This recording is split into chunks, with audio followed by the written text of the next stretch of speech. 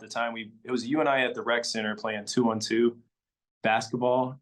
We were playing. I think those guys were maybe in a league, or were you in a league? I was not in a league. I was just there fucking around.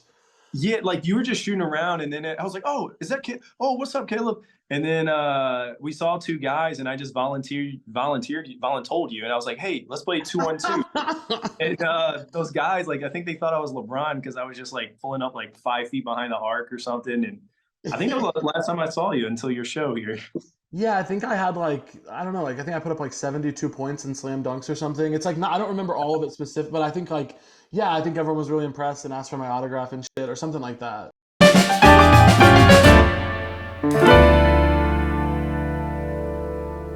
What's going on, OpeCast? It's Brad and STL, and today I have a very special guest. You may have seen him literally on Twitter. I guess it's called X now. You may have seen him on Instagram, TikTok, Jurassic World, Fargo, and the list goes on and on. And so his name is Caleb Hearon. He's from the west side of the state. We'll get into the home of sliced bread and all that here. But Caleb, what's going on and where are you located at in the world? What's up, dude? I'm in Kansas City right now. Yeah, I'm hanging out in Kansas City. Where are you? Oh, St. Louis, you know. Always classic. So how long have you been in Kansas City? Because you were just on tour, and I think you were here in July. Yeah, I was in Missouri in July, and then I was on tour. Went back to LA for a little bit. I'm usually in LA, but yeah, I've been back in Kansas City for like a week, and I'm gonna be here for yeah, a little bit. Try to get back as much as I can. How was the England? You were in England, right? Or was it somewhere Yeah, else the yeah, last one? yeah. I went to Amsterdam for a little bit, and then I was in London. It was great. I've been to London a few times, but I'd never done shows there. And I was like, I don't know how the shows are going to go because I talk a lot about like American politics and stuff. Yeah. And they know more about American politics than American audiences. So, so I was like, okay, actually, it's Yeah. worked out great. Yeah. Well, for those who do not know who you are, I mean, obviously they can Google you, and we'll get into some of that stuff. But yeah, so who are you, and what do you do, and where you're from, actually? Who are you? Damn, that's such a big. This podcast is existential as hell. Like Google Who? me. Yeah, no, no. I mean, the Google won't get the answer. Is the problem, right? Who am I? I'm a comedian. I'm an artist. I write TV sometimes. I do stand up. I direct things. I act. And maybe someday I'll do none of those things or all of them. I don't really know. But I'm from Missouri originally. I'm from Chillicothe, and then I went to Missouri State where we met. And yeah, now I'm me. I don't know. I'm a collection of little hobbies. Yeah. So like you're from the home of sliced bread, which I didn't realize that until I was looking into Chillicothe. And so like, do you guys have a museum of the first like sliced bread? Dude, I think they have like a landmark. I don't know if it's a museum, but because I didn't like I am from there. Like I finished high school there, and I was born in the hospital there. But I actually grew up a couple towns away. So like when everyone was doing the like kid shit in my hometown, I wasn't Yeah. there. So I don't know if they like took the kids to the museum or something. But yeah, they what it was like I guess the machine that like cut like standard slices of bread for you was invented there, and before that, people were like they were cutting it, but they were doing it themselves. Yeah, yeah, yeah. But it's yeah, it's like a Jeopardy question that comes up sometimes. It's funny. Well, it's kind of interesting because it's like I feel like in Missouri, in some areas, like was it Osceola, Missouri, the home of cheese or something? They have like Some a sort. big cheese shop, yeah. And then there's like places because you used to drive up from Springfield all the way up to like Chicago, right? Yeah, so like what are you thinking of like Uranus, the fudge factory? Uranus. There's some place with like a big cross. Some place has like a fake arch. Some has like Yeah. a fake. What is that called? Or the world's biggest rocking chair. Yeah, I've been to that. I think that's maybe it's either Illinois or Ohio. I went to that when I drove to DC once. Yeah, it's funny how like small towns try to brand themselves because they have like none of the amenities of living in a real place. So so they're like, "Come check out like Uncle Teddy's ball of yarn." And it's like, "All right, I will. That's cute." Yeah, yeah. I feel like there's just something about like the small towns that were just like, what? That is so goofy. World's biggest, well, I don't know, cheese. And then you're like, but I'm kind of curious to go ahead and stop. Like, I will yeah, stop. If I'm ever driving on a highway and I see one of those things, it's like largest covered wagon or like whatever, I will pull over if I have time. I think it's fascinating. So we've known each other since college, and I still remember when I met you. There was always something about you. Like I don't remember if you remember like the conversation. I'm like, you have like this SNL, like you have this like different style of comedy. Like, do you remember that? Yeah, I Or I mean, I guess remember us talking about comedy, but I don't remember this specific one. yeah, and it's just been really cool to see where you've gone with your career, and we could also talk about the time it was you and I at the rec center playing 2-on-2 basketball. I don't even know if you remember that. Oh, I absolutely do. Yeah, we were playing. I think those guys were maybe in a league, or were you in a league? I was not in a league. I was just there fucking around. Yeah, like you were just shooting around, and then I was like, "Oh, is that kid? Oh, what's up, Caleb?" And then we saw two guys, and I just voluntold you, and I was like, "Hey, let's play 2-on-2." And those guys, like, I think they thought I was LeBron because I was just like pulling up like 5 feet behind the arc or something. And I think that was the last time I saw you until your show here. Yeah, I think I had like I don't know, like I think I put up like 72 points in slam dunks or something. It's like not, I don't remember all of it specific, but I think like yeah, I think everyone was really impressed and asked for my autograph and shit or something like that. Yeah, yeah, you had all the fans there. Well, what was it about your time there at Missouri State that really got you into comedy? Because I think you started improv like right whenever I was leaving. Because you started what, your sophomore year? Yeah. So Yep. tell us a little bit about that journey of starting improv and then going up to Chicago. Yeah, this journey is called mental illness. I truly was in college. I was doing all those like when we met, I was doing all those like campus leadership programs, and I thought I was Yep. going to go to law school.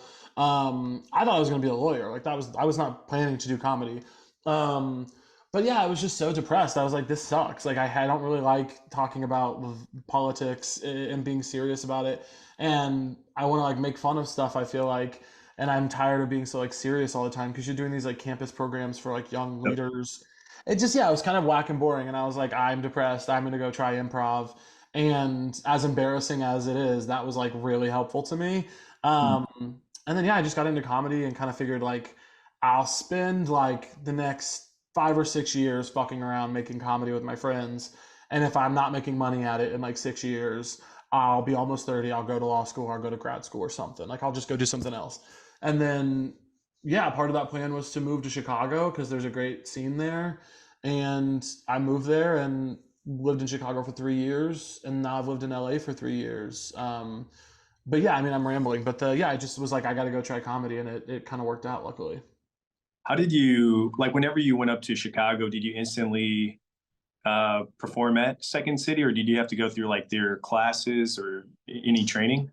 I never did second. I did a fellowship, a diversity fellowship at Second City, but I never took their classes. I never did their program. I kind of felt like Second City was whack, and I still do.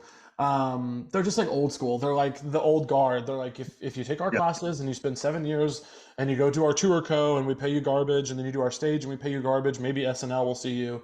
And I was like, I bet if I work a little bit harder, SNL can see me on my own.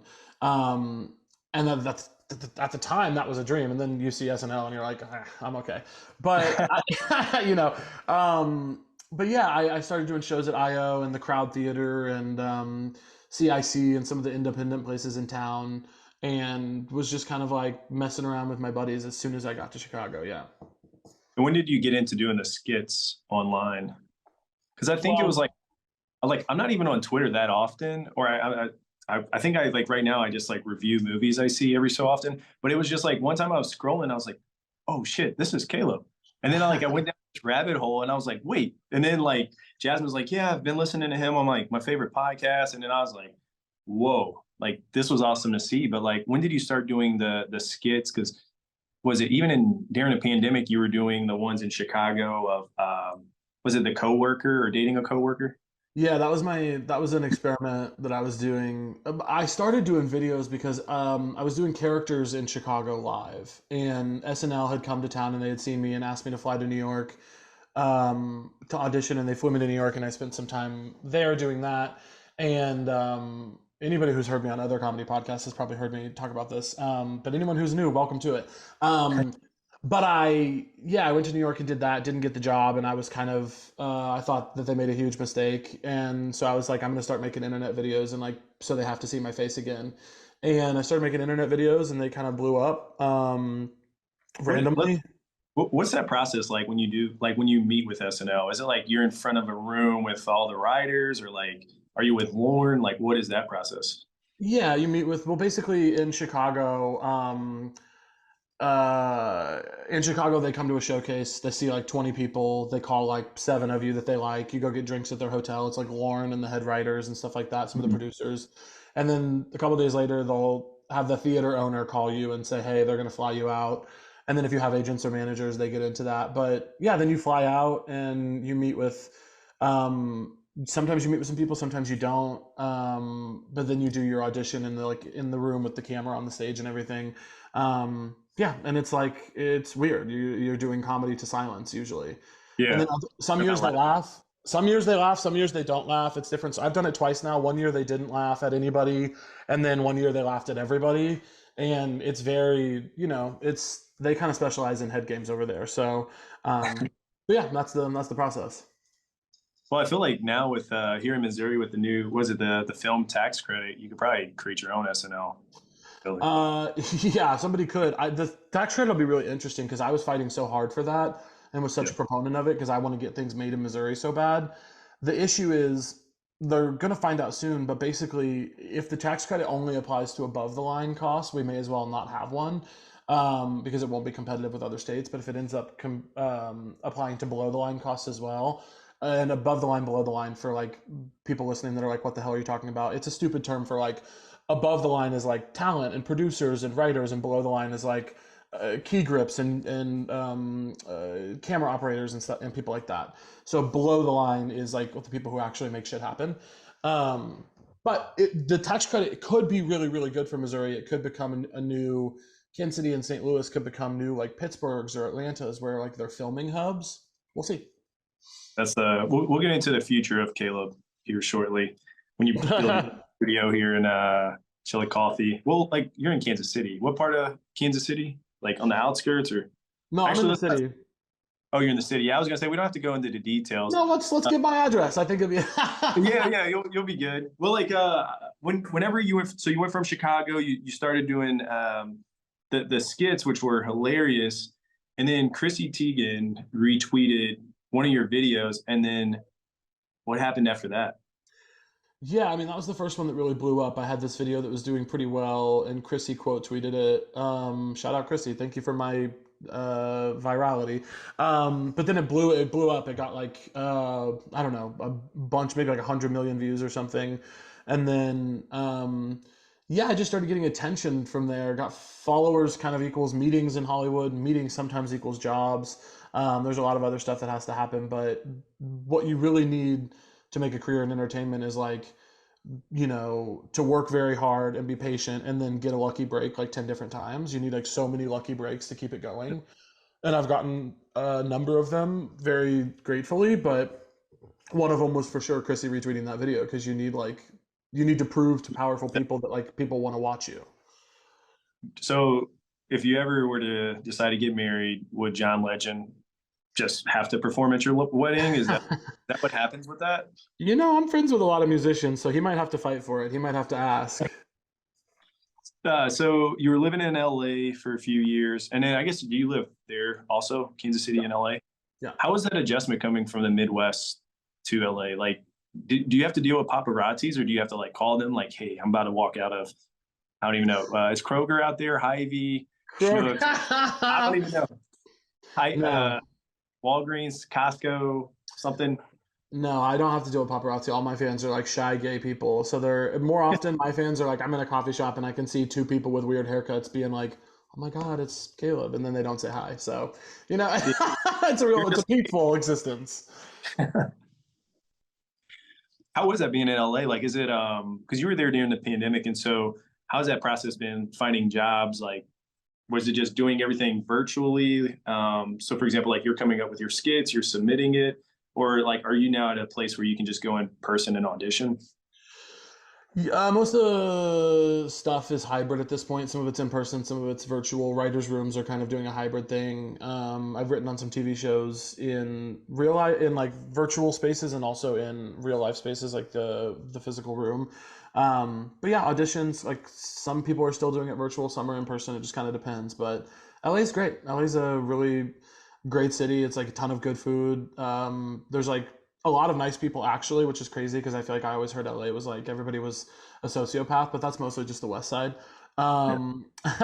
But yeah, no, LA's cool. It's great. It's like, my plan is to like be in Kansas City when I want to relax, and then if it gets too cold or I need to go work, I'll just go back to LA. And so since you're from Kansas City, whenever you're talking to your friends from LA, like with the whole Travis Kelsey, Taylor Swift situation going on, do they immediately ask you, so yeah, you're from Kansas City. Do you know Travis Kelsey? What's your take on this? Like, do people ask you that kind of stuff? People ask me about the Travis Kelsey situation a lot because they know I'm a Chiefs fan. But yeah, I'm just like, I want us to win. And if Taylor Swift wants to be in the stands, then rock on. I love it. Now I got to ask you. So it's interesting when I Google Caleb Heron, it looks legit. You got all these nice photos of you doing stand up, but you have a Wikipedia page. So I'm just curious, like what goes into a Wikipedia page, and how do you make sure that information's accurate? I didn't make it. I don't know who I created a Wikipedia account to go and like suggest some other things because they got some things wrong, and I was like, wait, I didn't make this. Who fucking put this up? But it's hilarious. Whoever made my Wikipedia page, their about Caleb section was like, I was laughing so hard because the first time I found out about a fan had sent it to me on Twitter, and we're like, nice Wikipedia page. Oh my God, you made it. And I was like, first of all, that's not making it. Second of all, what does that say? And the about Caleb was like, he's gay, he's from Missouri, and he's a comedian. And I was like, God, I was like, let's beef it up a little bit. There's been some other stuff in there as well. I mean, that's the essence, but damn. It's like you're over here like donating to Wikipedia. You know how you get those messages like, please donate to keep this page running. You're like, yeah, I got to make sure all the information's right about me. So you're like, you go $5, $10, whatever. Yeah, no, I might have to start if they don't get it right. But no, it's yeah, other people like put that together. I'm not sure how you do it. And then it's also interesting. I type your name in, and it doesn't even give me the answer, but net worth comes up. It's like Caleb Heron, and then it like wants to fill in this like sentence. It's like net worth. Yeah.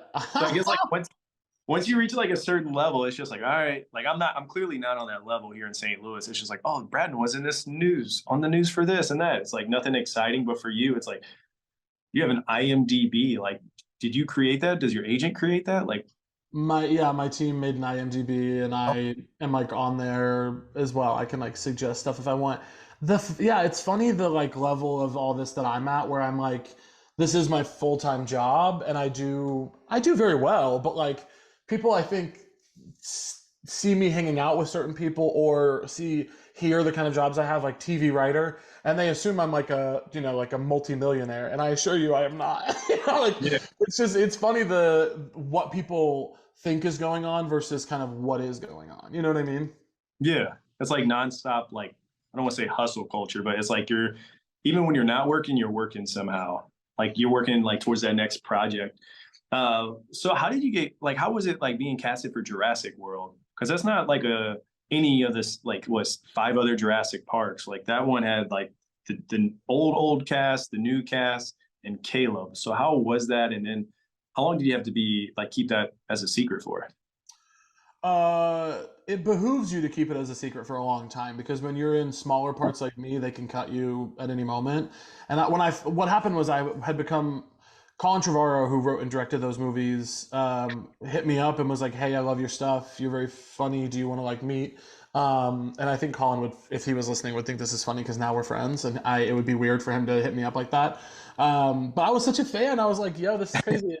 He was like, "Do you want to meet?" And I was like, "Oh, I'll meet with this guy. I'm never gonna like be in a Jurassic movie, but we can like be friends." And we met for a long time and talked about like just like life and family and stuff, and like comedy and like a couple months later they were filming Jurassic during the pandemic in London, and Colin emailed me and was like, "Hey, your team's probably going to call you soon. I've got this part in the movie. If you want to come do it, it's yours." So didn't even make me audition for it. I was like, "Damn." And What's it's up? Yeah, I know it was so fucking nice of him, and it was such a cool opportunity. Like he could have picked like anybody, any comedian would have come and done that role. And yeah, he picked me for it, which was so sweet. And it was a longer scene. We rewrote the scene together, and it was a really fun one to film. But like so little of it got in because I'm not Laura Dern or a dinosaur. Um, But Yeah. I'm grateful. I'm like, you just to have my face in it is like, that's pretty freaking cool. I can kind of be done now and feel like I did it. But yeah, it was super fun. It was a dream come true. So did you catch yourself like watching all the old Jurassic parks and like trying to like I don't know, like seek inspiration from that, but then also add your own little twist for your scene? No, never watched them. I've seen the original, but like I watched Collins. I watched the Worlds. Yeah. Because I wanted to see what Colin had done. But I didn't watch all the original like the Jurassic World spinoffs and stuff or the Jurassic World sequels and stuff. Because it's kind of an individual thing anyway. I'm like ours isn't going to be anything like that. Movies are so different now, you know. Yeah. Now, when it comes to doing stand up, what goes into your creative process? Like, are you always just looking, observing, seeing what's going on, like on the internet? You're taking notes. Like, what goes into writing your set? Because I think you did like an hour and a half when you were here in St. Louis. So, how was that process?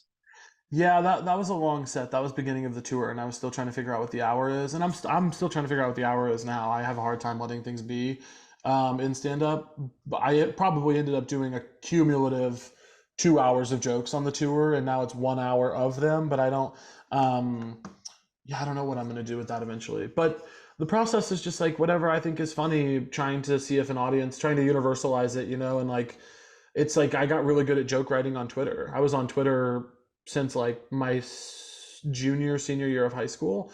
Mhm. And you had to be so good at writing concise jokes on there because the character limit was so small at first that it was like, you know, you learned little tricks about how to be good at Twitter, which is actually just how to be good at joke writing, which is like if you and I had a funny moment, I'm not going to tell a joke where I'm like, me and Braden. I'm going to be like me and my friend because then the people hearing it can imagine themselves. You know what I mean?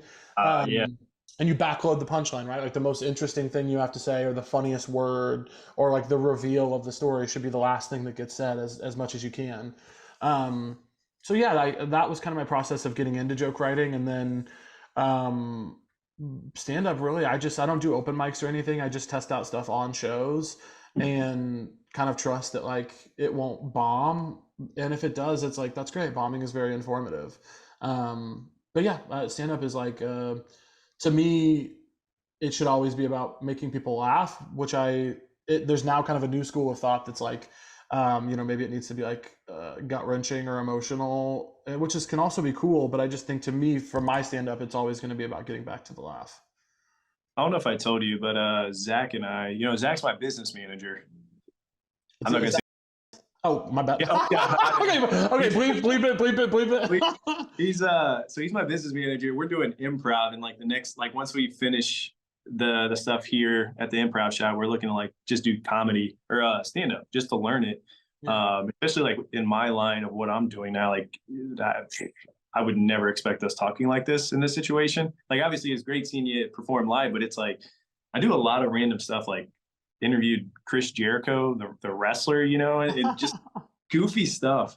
But now, as we look at the future of your career, what are some hopes and dreams? I know we talked a little bit about the tax credit here, but yeah, I mean, you're still just getting started. Or my bad, if No. I feel like you're Yeah. you're on the up and up. I mean, because what Comedy Central puts you down as one of the top people to watch. So, like, where do you hope your career will go? Yeah, no, I mean you nailed it. I'm legitimately just getting started, and that is a thing I have to remind myself of all the time because I get you know, I am like a futuristic. I'm always thinking of the next thing. And I also am I'm forward thinking, I'm impatient Mhm. and you know, I'm excitable. So like I do have to remind myself like I'm very new at this. I've only been a professional comedian for, you know, 3 years, and that's maybe I would say maybe even two. Um, but yeah, I think, you know, down the line I want to do everything, and I one thing that keeps me really excited about comedy and making art is that I don't hold myself to having to do it forever. I could wake up next week and be like, I'm gonna move to Peru and be a farmer, and like that is available to me. Like I can do that if I want to, you know. But what do I think? I think I'll probably keep acting and stuff and writing things. I've sold a couple TV shows and I've written a couple movies that are working on getting produced. My career started during a global pandemic and then progressed into a double strike. So you know we're hoping there'll be some maybe stability in the next couple of years. But yeah, I just want to make things and I want to direct and produce and I want to like find people that I think are talented and help them get their ideas made too. I don't want the entirety of my career to be about me and my ideas. I eventually want to move into a place where I can like help other people make their things happen. And I'm Mhm. trying to do that now on a level with like friends that are starting out in comedy or talking to college students when I'm back home and stuff, who are from the area. But yeah, I just want to like have a good time and make things that I think are cool and beautiful, and whatever that looks like. I guess that's the plan. That's awesome. Well, we're before I let you go, there's two last topics we go over on this podcast. So, food is this beautiful thing that brings us together. And so, if you were to sit at a table and you had three other guests, they could be dead or alive, could be famous, could be a neighbor, uh, could be Travis Kelsey or someone on the Chiefs. Who would they be and why? Oh man, I'm gonna narrow it down, make it all fat people edition because that's who I want to share a lot of my meals with. I'm immediately gonna throw Andy Reid up there, head coach of the Chiefs, fat icon, love that guy. I'm gonna put Gabori Sidibe, who's an actress that I've never met her, but I think she's got like I think I would really enjoy talking to her. She's got like a warmth about her that I'm like I would like to sit down with you and like talk to you about what's going on. So I do Andy Reid, Gabori Sidibe, and man, who would my last fat icon be? Hmm. You know what? I'll throw my friend Oha Lopez in there. Nice. Oha is very, very funny, smart, charming comedian who's like good at conversation. So I think she'd help me keep the thing moving. Awesome. That's a great lineup. Now, words of wisdom. If someone wants to do what you're doing, or maybe someone's listening and they're going through a tough time, if you could leave the listeners with words of wisdom, what would they be?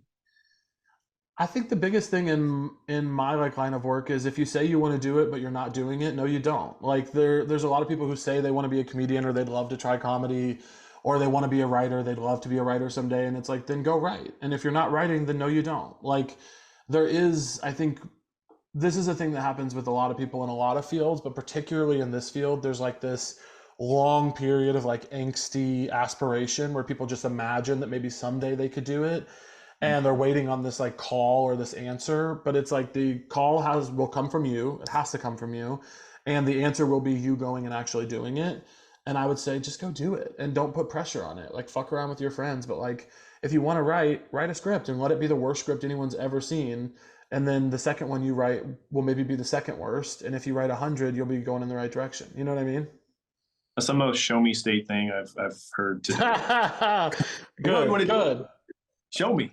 Show me, go do it. Yeah, I think that's I mean that's what I was doing in Springfield is I was putting on these I had a horrible sketch team that made horrible video sketches, and I had a horrible live show at a horrible little bookstore in Springfield, Missouri, and I didn't know what I was doing and I bombed a lot. And then eventually you get better or you quit, but like you have to start to do either of those things. So I think that would be the advice. That's awesome advice. Now, Caleb, how can people follow you on your journey? Oh man, just go follow me on online at Caleb Says Things if you want to, or honestly don't. I really, if you see me in the real world, just say hey. But other than that, do whatever you need to do.